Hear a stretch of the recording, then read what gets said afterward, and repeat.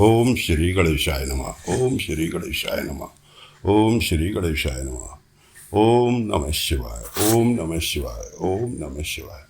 देवी सज्जनों, भक्तों, साथियों, दोस्तों, सभी को नमस्कार। कथा प्रारंभ करते हैं। आज की कथा है विष्णु भगवान को सुदर्शन चक्र की प्राप्ति। प्राचीन समय की बात है कि दैत्यों के अधिक बलवान हो जाने के कारण उनके तीनों लोकों में अत्याचार बढ़ते चले गए। समस्त दैत्य धर्म का लोप करने के लिए उद्धत रहते थे। इन दैत्यों से दुखी होकर सभी देवता ब्रह्मा जी को लेकर भगवान श्री हरि के पास गए और उनसे अपने दुखों का वर्णन किया। इस पर श्री हरि ने देवताओं से कहा, तुम डरो मत, मैं शंकर भगवान की पूजा करूंगा, उनकी कृपा से तुम्हारे दुखों का विनाश अवश्य होगा। यह सुनकर देवता अपने अपने स्थानों को चले गए। देवताओं के चले जाने के पश्चात श्री हरि जगत के कल्याण के लिए कैलाश पर गए। वहां जाकर एक कुंड में विधि विधान से अग्नि स्थापित कर श्री हरि संकल्प करके शिव जी की तपस्या करते रहे। उन्हें तपस्या करते बहुत समय व्यतीत हो गया, परंतु शिव जी प्रसन्न नहीं हुए। इस पर श्री हरि ने शिव सहस्त्र नाम का पाठ आरंभ किया। वे पार्थिव लिंग की विधि विधान से पूजा करने लगे। शिव सहस्त्र नाम का एक एक मंत्र बोलकर एक एक कमल का पुष्प अर्पित करने लगे। श्री हरि के भक्ति की परीक्षा लेने के लिए पूजा के निमित्त आए हुए 1000 पुष्पों में से एक को शिव जी ने छिपा दिया। श्री हरि एक पुष्प के कम होने से आश्चर्य में पड़ गए। बहुत खोज करने पर भी उन्हें कमल कहीं नहीं दिखाई पड़ा। इस पर 1000 की संख्या पूरी करने के लिए उन्होंने अपना कमल के समान एक नेत्र निकालकर शिव जी को अर्पण कर दिया। ऐसा करते ही शिव जी प्रकट हो गए। उन्होंने श्री हरि से वर मांगने को कहा।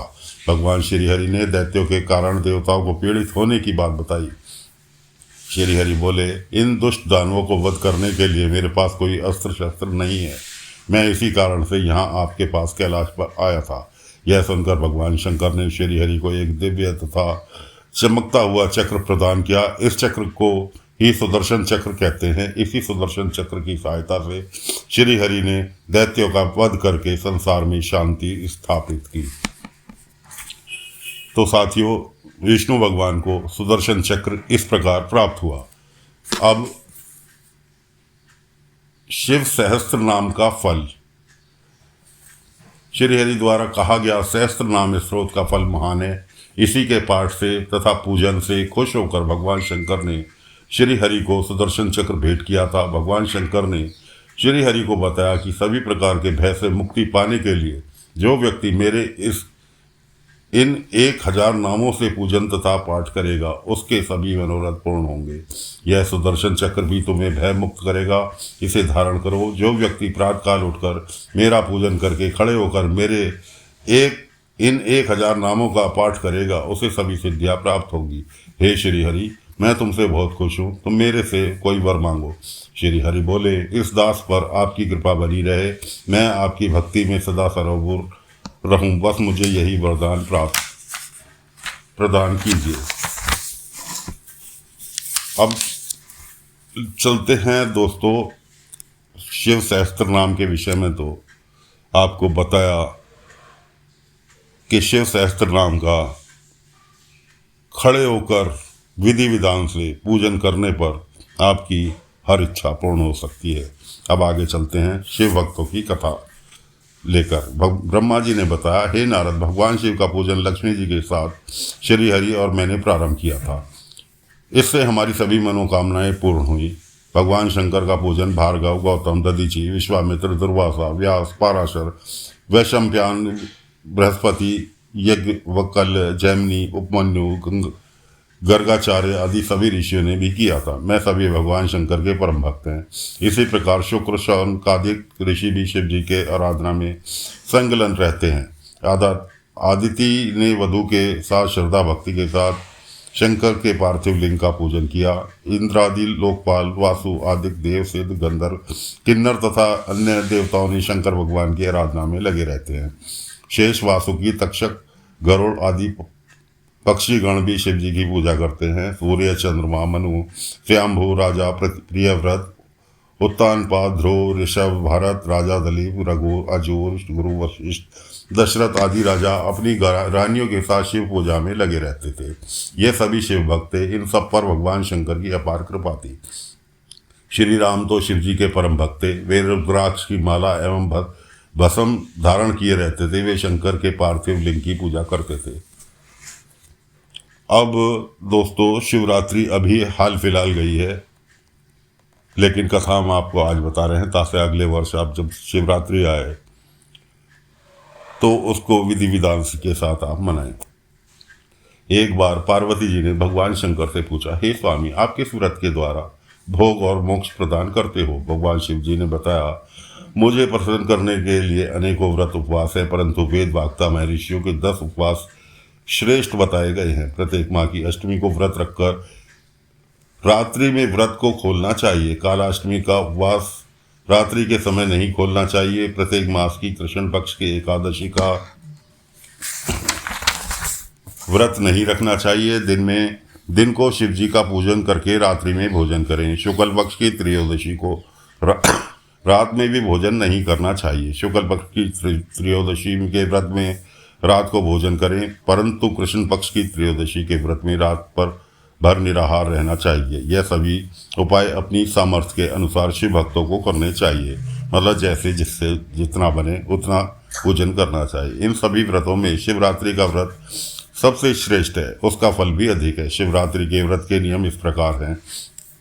प्रातःकाल उठकर यथा योग्य नित्य कर्मों से निर्वृत्त होकर शिव मंदिर में जाना चाहिए। वहां पर भगवान शंकर को प्रणाम करके विधि पूर्वक उनका पूजन करें। इसके बाद उनसे प्रार्थना करें, हे नीलकंठ, मेरी इच्छा है कि आज शिवरात्रि के व्रत उपवास को धारण करूं, अतः आपकी कृपा से मेरी इच्छा पूर्ण हो, उसमें कोई विघ्न ना पड़े, काम क्रोध आदि शत्रु मेरा कुछ न बिगाड़ सके, मेरी सब तरह से आप रक्षा करें। इतना कहकर शिव जी के सामने संकल्प लें और प्रतिज्ञा करें। रात्रि में पूजन की सभी सामग्री लेकर शिव मंदिर में जाएं। शिवलिंग शास्त्र सिद्ध होना चाहिए, उसकी प्राण प्रतिष्ठा शास्त्रों के द्वारा हो चुकी है। ऐसे ही शिवलिंग का पूजन करना चाहिए। वहाँ सामग्री रखकर स्नान करके शुद्ध वस्त्र धारण कर पवित्र आसन पर आरूढ़ हो जाएं, फिर शिव पूजन के कार्य करें। शिव जी के भक्त को रात्रि के चारों पहर में पार्थिव लिंग की रचना करके 4 बार वेद विधि से पूजा करनी चाहिए। 108 बार शिव मंत्र को बोलकर ज्योतिर्लिंग पर जल चढ़ाया जाए। 108 बार की अभिमंत्रित जलधारा से ही लिंग पर चढ़ी हुई वस्तुओं को उठाएं। इसके पश्चात गुरु मंत्र से या शिव मंत्र से लिंग पर काले तिल अर्पित करें। इसके पश्चात रुद्र, सर्व, भव, उग्रा, पशुपति, महान, भीम एवं ईशान इन 8 नामों को बोलते हुए कमल या कनेर के फूल अर्पित करें। ओम नमः शिवाय पंचाक्षर मंत्र का जप करें। जप के पश्चात धेनु मुद्रा बनाकर निर्मल जल से शिव जी को तर्पण करें।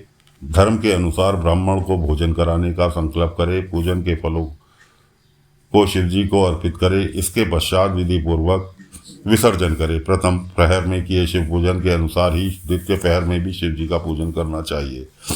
इसमें 216 शिव मंत्रों की जलधाराएं चढ़ाए। प्रत्येक मंत्र को 2 बार बोले। बेलपत्र आदि चढ़ाए। खीर का नैवेद्य चढ़ाए। तीसरे पहर में प्रथम पहर की तरह करें।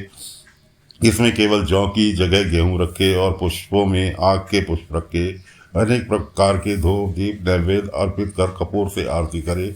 यथाशक्ति ब्राह्मणों को भोजन कराने का संकल्प ले। चौथे पहर में शिव जी का आह्वान करके उड़द, कंगनी, मूंग, सातों धातु या शंख, पुष्प एवं पत्र आदि से विधि पूर्वक पूजन करे। पके हुए फल नैवेद्य अर्पित करे। दुगना जप करे और यथाशक्ति ब्राह्मणों को भोजन कराने का संकल्प लेकर सूर्योदय तक उत्सव मनाते रहे। इसके पश्चात सूर्योदय होने पर स्नान आदि करके शिव पूजन करे। रात्रि के समय जितने ब्राह्मणों को भोजन कराने का संकल्प लिया था उन्हें भोजन कराए। इसके बाद भगवान शिव को प्रणाम कर हाथों में फूल लेकर प्रार्थना करे, हे दयानिधे, मुझे अपनी भक्ति के वरदान प्रदान करें। मैंने ज्ञान या अज्ञानवश जो भी आपका पूजन किया है उसे स्वीकार करें। इस भांति व्रत करने से शिव जी का सानिध्य प्राप्त होता है। इस व्रत को पार्वती जी के अतिरिक्त विष्णु जी ने भी सुना था। विष्णु जी ने इस व्रत को लोकहित के लिए किया था। तो साथियों, शिवरात्रि के व्रत की पूजन विधि आपको पता ही इस साल की शिवरात्रि निकल चुकी है। अगले साल अवश्य इसी विधि से पूजन करें और पुण्य लाभ उठाएं। कथा को यही विराम देते हैं। अगली कथा लेकर अगले अंक में फिर हाजिर होंगे। तब तक के लिए आज्ञा दीजिए। ओम नमः शिवाय, ओम नमः शिवाय, ओम नमः शिवाय।